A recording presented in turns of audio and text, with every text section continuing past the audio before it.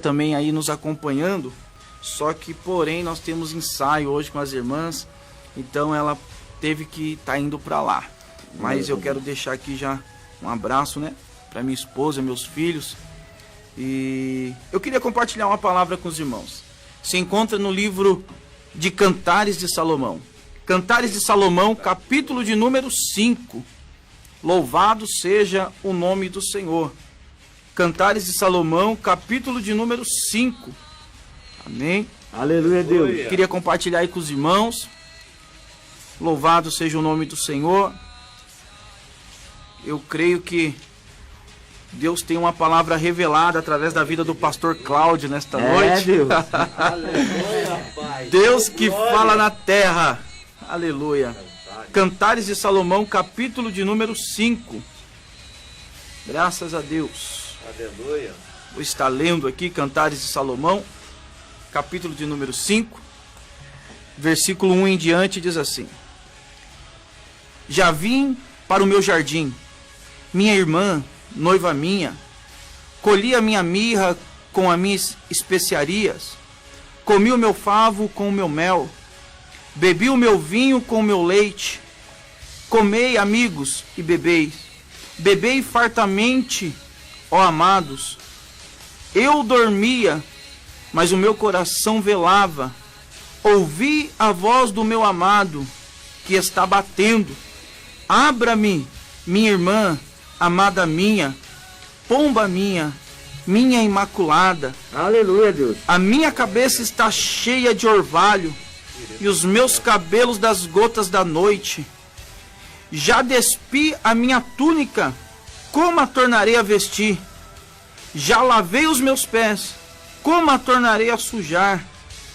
O meu amado meteu a sua mão pela fresta da porta, e as minhas entranhas estremeceram por amor a ele. Eu me levantei para abrir a porta ao meu amado, e as minhas mãos destilavam mirra. Os meus dedos gotejavam mirra sobre a maçaneta da fechadura. Eu abri a porta e ao meu amado, mas já o meu amado se tinha retirado. Amém? Somente até aí. Livro de Cantares de Salomão é um livro poético. E além de ser um livro poético, ele nos fala de um amor de um rei a uma camponesa. Isso, eita Deus. E uma coisa que eu tenho observado muito, que da forma que a graça de Deus ela nos constrange, o amor de Deus também nos constrange. Por quê? Simples. Assim como Salomão está escrevendo para uma camponesa, porque o desejo dele era tê-la com ele, mas não podia porque ela não era de uma família real. Ela vivia nos campos, nos desertos. Assim é Deus conosco, porque nós éramos camponeses, nós não éramos da linhagem, nós não éramos do povo de Israel, mas Ele nos amou, Ele nos fez parte dele, porque éramos jambuzeiro bravo, diz a palavra de Deus. Eita Deus. Mas fomos enxertados na oliveira verdadeira. Eu olho para esse texto e eu começo a observar que há um impasse entre a noiva e o seu esposo, porque ele está à porta chamando, mas ela demora para ir até a porta.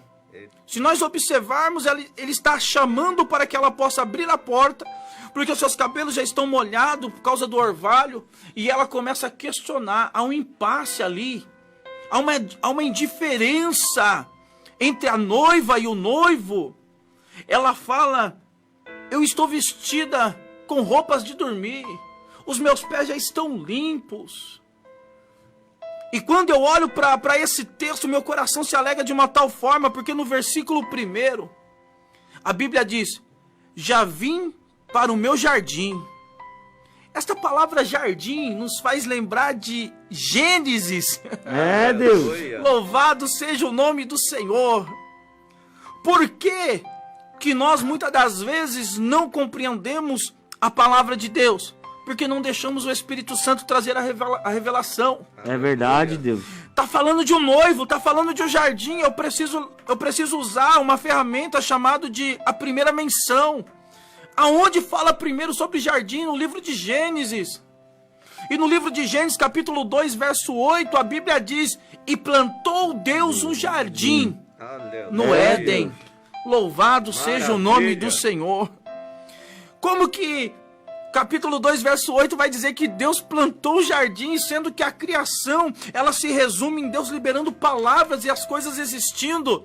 Deus disse, haja, e as coisas precisou existir, porque Ele tinha liberado uma palavra de comando, uma ordem. Mas aqui não, aqui Ele vai plantar um jardim. Ele vai descer e vai plantar um jardim. Quando eu vejo Deus colocando as mãos em algo, é porque Ele tem muito prazer naquilo que Ele está fazendo. Meu Deus, aleluia, Deus. Assim foi com o homem. Enquanto as coisas Ele criou através do poder da palavra, e pela força do seu poder Ele as sustenta, o homem Ele desceu para moldar. Aleluia. Era como se Ele estivesse dizendo assim: esse eu preciso colocar as mãos, porque esse será a coroa da minha criação. Meu Deus. Aleluia. E o jardim não é diferente. Ele desceu para plantar um jardim. Por que Ele plantou um jardim? Porque Ele ia colocar o homem, coroa da sua criação, no jardim que Ele mesmo plantou. É, Deus. Era Ele mostrando que o que Ele estava fazendo naquele momento tinha um propósito muito grande, que era receber algo que Ele amava. Aleluia. E o noivo chega aqui: já vim para o meu jardim, minha irmã, noiva minha. Colhi as mirras com as minhas especiarias. Comi o meu favo com mel. Aleluia, bebi o meu Deus. vinho com o meu leite. E não é só para ele fala assim: comei, amigos, e bebeis. Bebeis fartamente. Porque ele disse no livro de Apocalipse: quem quiser beba de graça da água do rio da vida. Aleluia, Deus. Oh, louvado seja o nome santo do Senhor. O noivo, aqui o esposo vai se encontrar com a sua noiva. Ele está vindo do jardim. Quando Deus coloca o homem no meio do jardim, Deus colocou o homem no lugar de delícias. Deus colocou o homem no lugar de prazeres, para que o homem pudesse desfrutar daquilo a qual Deus tinha preparado para ele. Meu Deus. Mas o homem peca. É. A Bíblia diz que pecando o homem, ele precisou ser expulso do jardim. Aleluia. O primeiro Adão pecou, precisou ser expulso o homem, até que o último Adão viesse para restabelecer aquilo que já tinha sido perdido. É verdade, Deus. E ele veio, Jesus veio, morreu e ressuscitou. Glória a Deus por isso. O homem peca, e depois do pecado do homem, a Bíblia vai dizer que a terra começou a produzir espinhos. Antes do pecado, pastor Fábio e pastor Cláudio, antes do pecado a terra não produzia espinho. Porque segundo Isaías capítulo 10, verso 2, vai dizer que o espinho é maldição. É. O espinho é fruto do pecado. O espinho, na Bíblia, é coroa do pecado. Meu Deus. E quando nós vemos isso daqui, é Deus nos mostrando algo profético nas entrelinhas. Por quê? Porque no primeiro livro de crônica, das crônicas de Israel, no capítulo de número 20... do verso 1 em diante, a Bíblia vai dizer que Davi, ele vai para a peleja. E quando ele vai para a peleja, ele pega, vencendo os seus adversários, ele toma a coroa dos reis vencido, pastor Cláudio. Aleluia. Aquilo era um sinal, quando você vencia um rei, você tomava a coroa dele. Era um sinal de que você venceu. Meu você Deus. subjugou aquele rei. Santo de Deus. E quando Jesus ele vem na sua plenitude, quando ele está ali no caminho do Gólgota, colocaram uma coroa de espinho sobre a cabeça dele. É verdade. Naquele momento, ele estava declarando o seu poderio. Aleluia. Que ele estava vencendo sobre o pecado. Ele estava tomando a coroa do adversário. Espírito Santo de Deus. A Bíblia não diz que este século, o príncipe deste século, tem cegado o entendimento de muitos? Jesus tomou a coroa dele, Jesus despojou ele. E a prova disso é que aquela coroa de espinho foi colocada sobre a sua cabeça. E agora nós estamos introduzidos por intermédio de Jesus a esse jardim. O jardim é dele. O jardim é dele. Ele coloca no jardim quem ele quer. Por isso ele disse: vós que estáis cansados e sobrecarregados, vinde a mim. Ele põe quem ele quer, pastor Cláudio, no jardim dele. E no jardim dele você não vai precisar ser sustentado por outra pessoa. Quem vai te sustentar é o próprio Deus. Verdade, Deus. É Ele quem te sustenta. É Ele que te dá força. Por isso que ele fala aqui do mel, do favo, do vinho e do leite. Eita, Ele está falando assim para as pessoas que estão vivendo uma vida amarga. Eu tenho mel. Meu Porque Deus. o meu jardim ele produz mel. É forte demais. Para quem está se Deus. sentindo fraco, ele fala, tem leite. Eita, Deus. Aleluia. Para os fracos ele tem leite, pastor. E para aqueles que estão tristes, que já perderam a alegria, ele fala assim, tem vinho. Aleluia. Oh, aleluia. Eu lembro da ceia, pastor. Da ceia. Espírito Esse Santo. texto ele é rico em princípios. O Senhor está nos chamando para participar do jardim dele.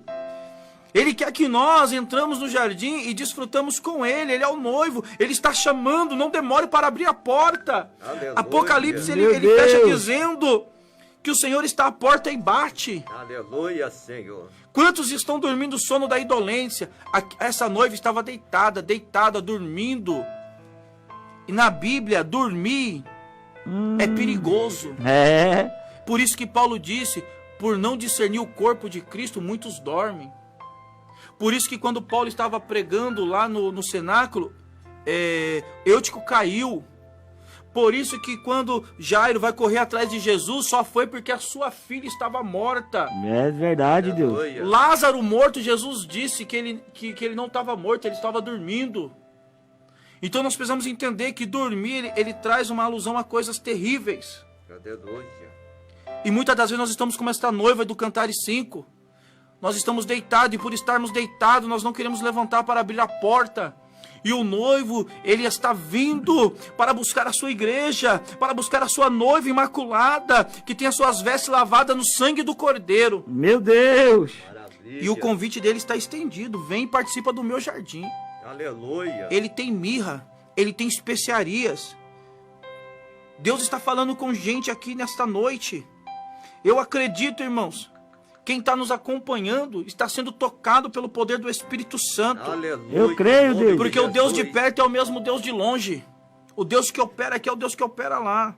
Eu queria compartilhar esta mensagem.